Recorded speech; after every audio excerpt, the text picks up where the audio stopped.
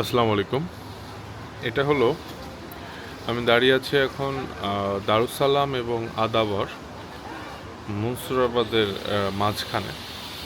তো এখানে দারুসালাম যে খালটা আছে, যেটা তুরাগ নদীর সাথে সম্পর্কযুক্ত, খালটা দেখেন পরিপূর্ণ, এবং এই যে খালের পানি পরিপূর্ণ হয়ে আমি দেখতে পাচ্ছেন কিনা জানি না, যে এটা কিন্তু পরিপূর্ণরূপে এই যে আপনার রাস্তায় পানি উঠে গেছে।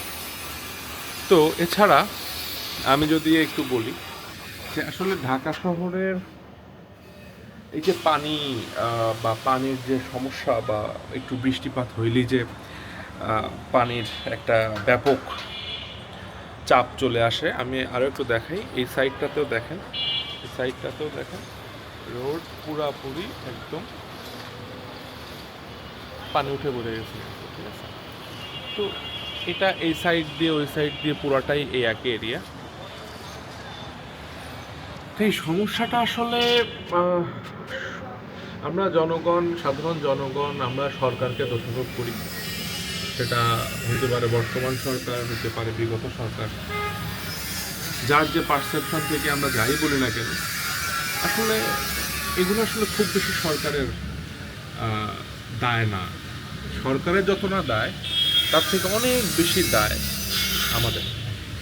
এই যে যত্রতত্র বিল্ডিং তোলা, বিল্ডিং কোড না মানা, এগুলো কিন্তু আমরাই করি। এখন সরকার একটা ছোট্ট শহর, ঢাকা শহর, এই শহরে প্রায় 2.5 কোটি মানুষের বসবাস।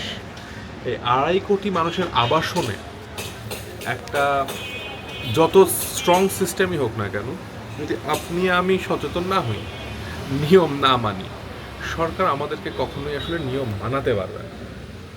সো আমার মতে অভিযোগ না করে, এ সরকারের গালি দিয়ে ও সরকারের গালি দিয়ে এইগুলো না করে, নিজেরা সচেতন হন, নিজেরা আইন মানুন, এবং আমরা আমাদের যে ময়লা আবর্জনাগুলো সেগুলো ঠিকঠাক যদি আমরা করতে পারি, দেন আই থিঙ্ক এই যে জলবদ্ধতা, এটা আসলে আর সব থেকে বড় কথা আরও একটা জিনিস, যে প্রতিটা শহরের একটা ক্যাপাসিটি থাকে।